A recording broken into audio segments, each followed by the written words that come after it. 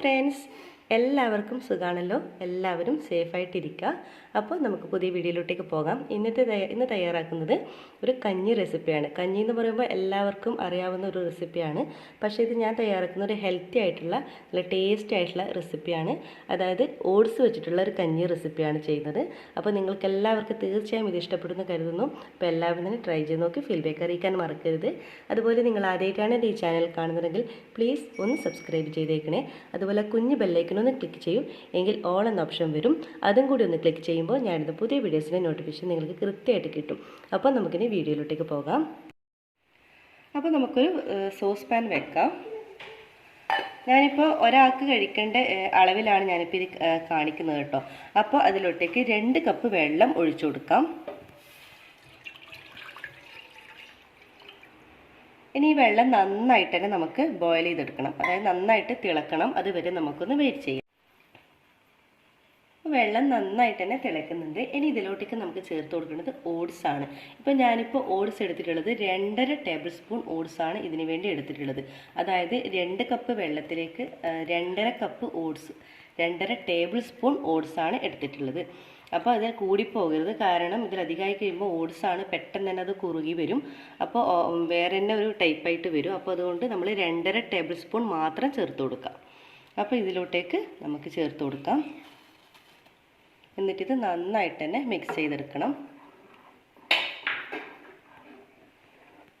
എന്നിട്ട് ഒരു 5 മിനിറ്റോളം നന്നായിട്ട് തന്നെ ഇത് തിളപ്പിച്ചെടുക്കണം. ഹൈ ഫ്ലെയിമിൽ തന്നെ വെക്കുക. നന്നായിട്ടൊന്ന് തിളക്കട്ടെ.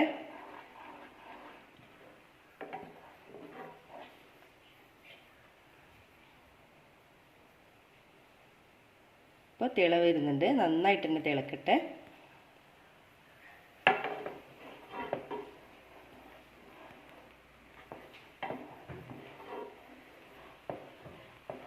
ഒരു 5 മിനിറ്റോളം നന്നായിട്ടൊന്ന് ഇതുപോലെ തിളച്ച് വരട്ടെ. നന്നായിട്ട് ഇടയ്ക്കിടയ്ക്കൊന്ന് ഇതുപോലെ ഇളക്കി കൊടുക്കാം.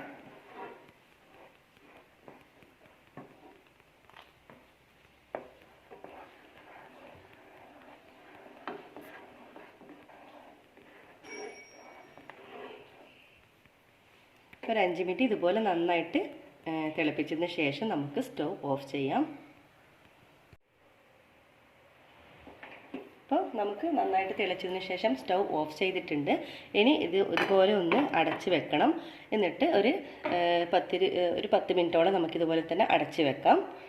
അപ്പോൾ 10 മിനിറ്റ് കഴിഞ്ഞിട്ടുണ്ട്. നമുക്കിത് ഓപ്പൺ ചെയ്ത് നോക്കാം.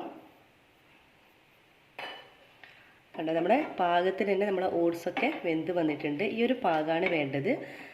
കഞ്ഞി എന്ന് പറയുമ്പോൾ നമുക്ക് പൊതുവെ വെള്ളത്തിൻ്റെ അളവാണ് കുറച്ച് കൂടുതലായിട്ട് ഉണ്ടാകുന്നത് അല്ലേ. അധികം തിക്കായിട്ട് കഴിക്കുമ്പോൾ അത്ര ടേസ്റ്റ് ഉണ്ടാവില്ല. അതുപോലെ തന്നെയാണ് ഈ ഓട്സും. ഇതുപോലെ കുറച്ച് ലൂസായിട്ടിരിക്കണം, ഓവറായിട്ട് തിക്കായി വരരുത്. ഇനി ഇതിലോട്ടേക്ക് ചേർത്ത് കൊടുക്കേണ്ടത് ആവശ്യമായിട്ടുള്ള ഉപ്പ്, അതായത് ഇതിനാവശ്യമായിട്ടുള്ള ഉപ്പ് ചേർത്ത് കൊടുക്കാം.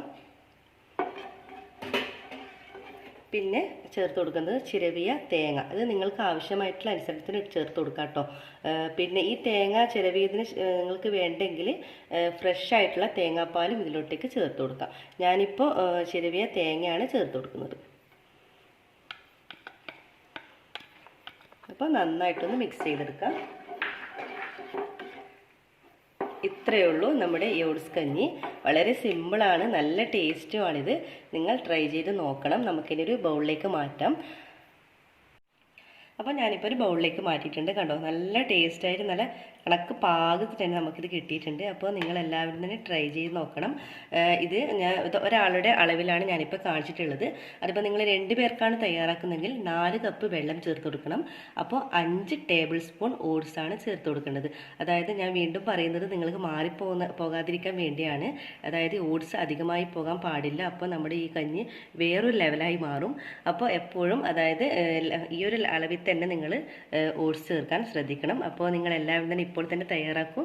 എല്ലാവരുടെ വീടുകളിൽ ഇപ്പോൾ ഓട്സ് എല്ലായ്പ്പോഴും ഉണ്ടാകും.